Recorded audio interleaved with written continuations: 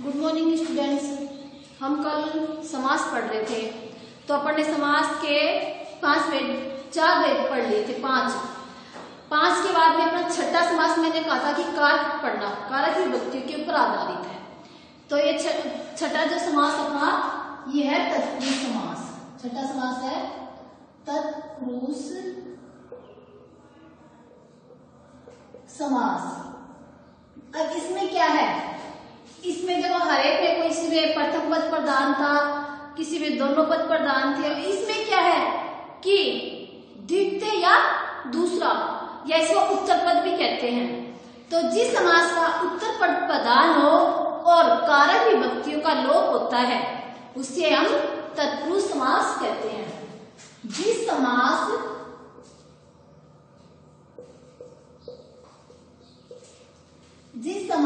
का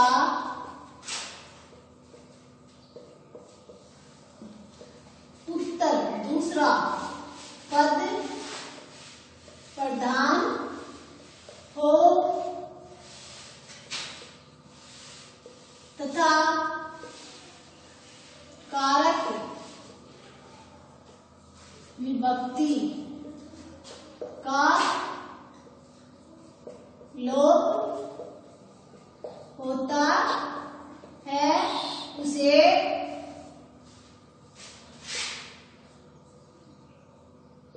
तत्पुरुष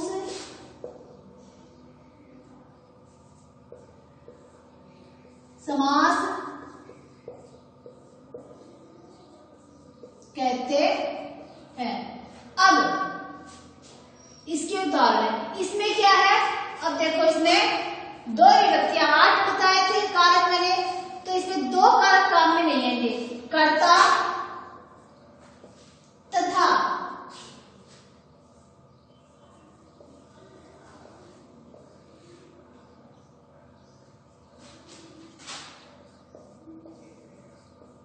संबोधन। कारक था संबोधन विभक्ति का प्रयोग नहीं होता। तथा इसके कितने वेद होते हैं, इसके तत्पुरुष समास के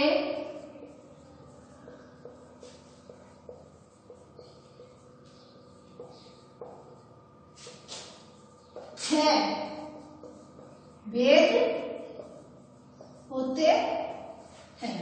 हो गए थे। अब इसमें संबोधन कर्ता ने और संबोधन यानी किसी को बुलाने के लिए अपन प्रयोग करते हो, ये दोनों ही हमें नहीं आएंगे।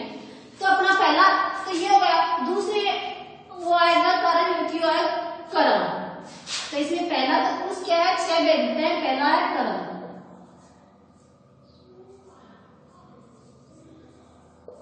कर्म तत्पुरुष में क्या है, को, ये अपनी विभक्ति चिन्ह है इसमें। तो इसके उदाहरण बता रही मैं, 2-3 उदाहरण पाती हूँ। तो इसमें क्या आएगा, गृहगत, ये शब्द है। अब इसका हम विग्रह करेंगे तो क्या लिखेंगे, इसमें गृहगत है, घर को गया, घर को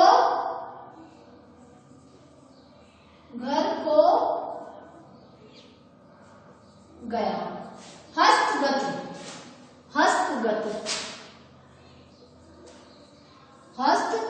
हस्तगत का क्या होगा, हाथ से या हाथ को प्राप्त, हाथ को प्राप्त। फिर अगला उदाहरण आपका स्वर्गगत, स्वर्ग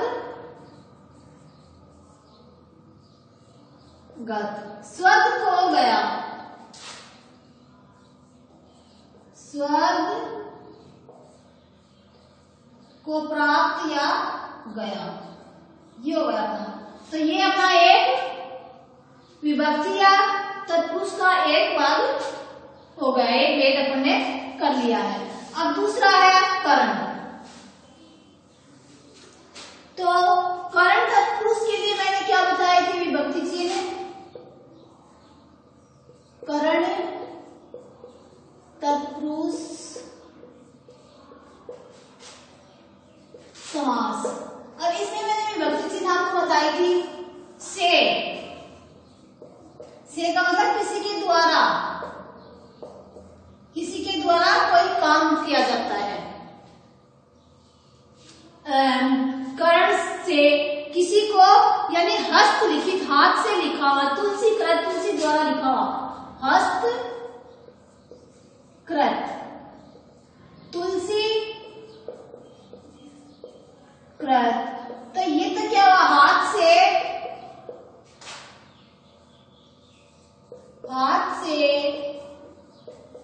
लिखा हुआ।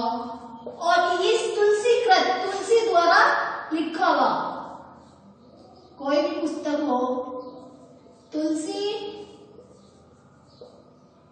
द्वारा लिखा, यानी किसी के द्वारा कोई काम किया जाता है। उस राम ने रावण को बाण से मारा। से आ गया, किससे मार तो रहा है राम, लेकिन किससे मारा, बाण से मार रहा है, तो इसके लिए हमने से का प्रयोग कर लिया। अब आपको मैं लिखवाती हूँ अकाल पीड़ित। अकाल पीड़ित, अकाल से पीड़ित, अकाल से पीड़ित, ये हो गया आपका। ठीक है, तो ये आपका हुआ कर्ण तत्पुरुष समास। अब तीसरा क्या बताया था आपको, संप्रदान। तीसरा मैंने बताया था आपको संप्रदान। संप्रदान तत्पुरुष समास। इसमें क्या है, संप्रदान के लिए क्या बताया था, के लिए, ये इसकी कारक चिन्ह हो गई, विभक्ति हो गई। तो अब इसमें है अपना रसोई घर, रसोई के लिए घर, रसोई के लिए घर हो गया। विद्यालय, विद्या के लिए आलय, विद्यालय, विद्या के लिए आलय। आलय यानी स्थान होता है। क्या है ये, स्थान। विद्या, जहाँ विद्या दी जाती है, पढ़ाई होती है, वो हो गया अपना स्थान। तो विद्या के लिए आलय। अगला है अपना गुरु दक्षिणा। गुरु दक्षिणा, तो इसमें आएगा गुरु के लिए दक्षिणा, गुरु के लिए दक्षिणा। तो ये हो गया अपना तीसरा। अब अपना आएगा चौथा। अब अपना चौथा जो है पॉइंट, वो है अपादान।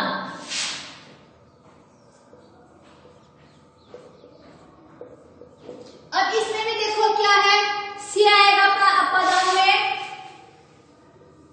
लेकिन ये से किस लिए आएगा, से विभक्ति चिन्ह हो गया, लेकिन मैंने बताया था ये अलग होने के लिए, किसी व्यक्ति, स्थान, किसी से भी अलग होने के लिए हम अपादान का प्रयोग करेंगे। जैसे कि गुणहीन, गुणहीन, गुणों से हीन। ऋण मुक्त, ऋण से मुक्त, ऋण से मुक्त। पथभ्रष्ट, पथ से भ्रष्ट यानी अलग हो गया, वो रास्ते से पथ, पथ भ्रष्ट, पथ से भ्रष्ट। तो ये हुआ इस तरह से अपना अपादान कारक। ठीक है, अब अपना अलग है, वो है अपना संबंध तत्पुरुष। 5 का संबंध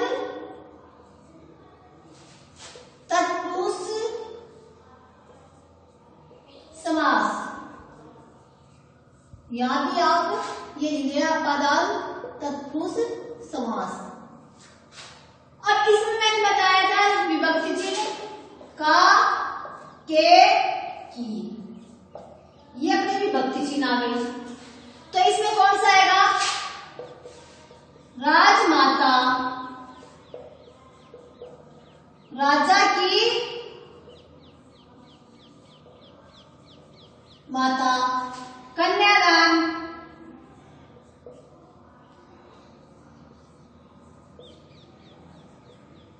कन्या का दान, राष्ट्रपति, राष्ट्र का पति,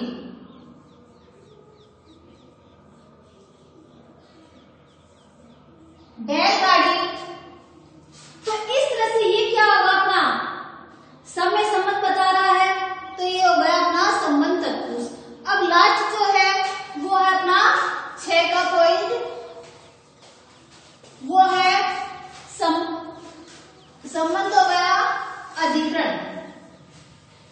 अब अपना आएगा अधिकरण तत्पुरुष। अधिकरण तत्पुरुष समास। इसकी विभक्ति चिन्ह क्या है? में या तो या पर।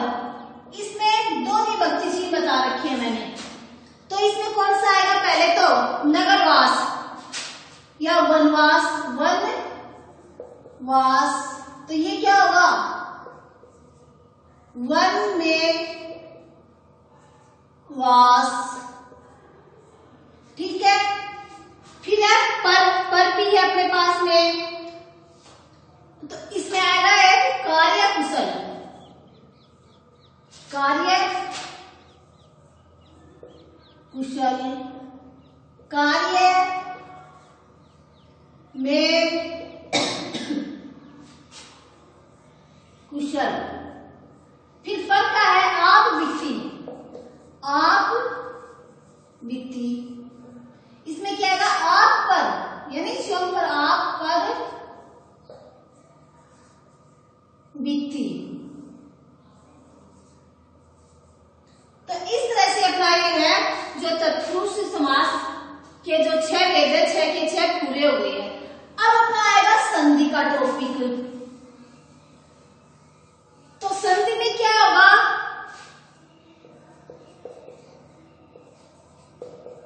संधि में है 2 या 2 से अधिक शब्दों के मेल को संधि कहते हैं। लेकिन इसमें क्या होगा? शब्द के पहले शब्द का जो है वो अंतिम और दूसरे शब्द का प्रथम, ये दोनों जुड़ेंगे न, इन दोनों का जो मेल होगा और जो नया शब्द बनेगा उसको हम संधि कहेंगे। और संधि की क्या है? मुख्य रूप से संधियां 3 होती है, स्वर, व्यंजन, विसर्ग। और स्वर संधि में स्वरों के मेल को हम स्वर संधि कहते हैं। तो 2 या 2 से अधिक वर्णों के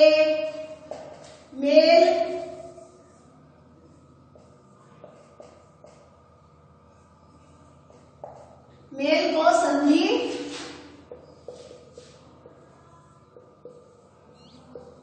कहते हैं। अब इसमें देखो क्या होगा? प्रथम शब्द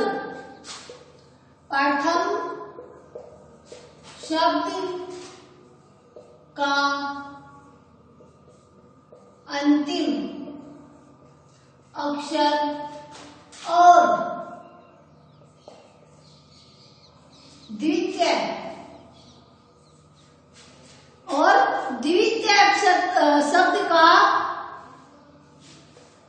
द्वितीय शब्द का प्रथम अक्षर का मेल होता है। जैसे न प्लस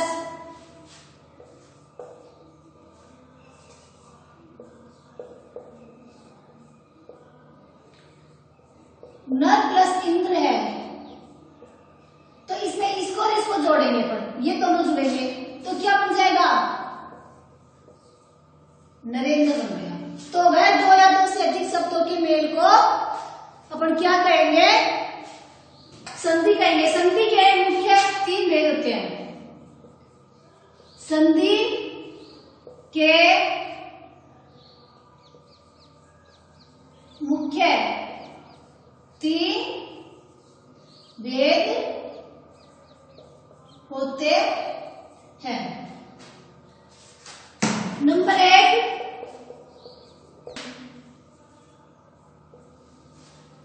तो स्वर संधि के लिए क्या आपने? स्वर संधि के 5 भेद होते हैं। स्वर संधि की क्या है? 5 भेद होते हैं। फिर दूसरी आएगी अपने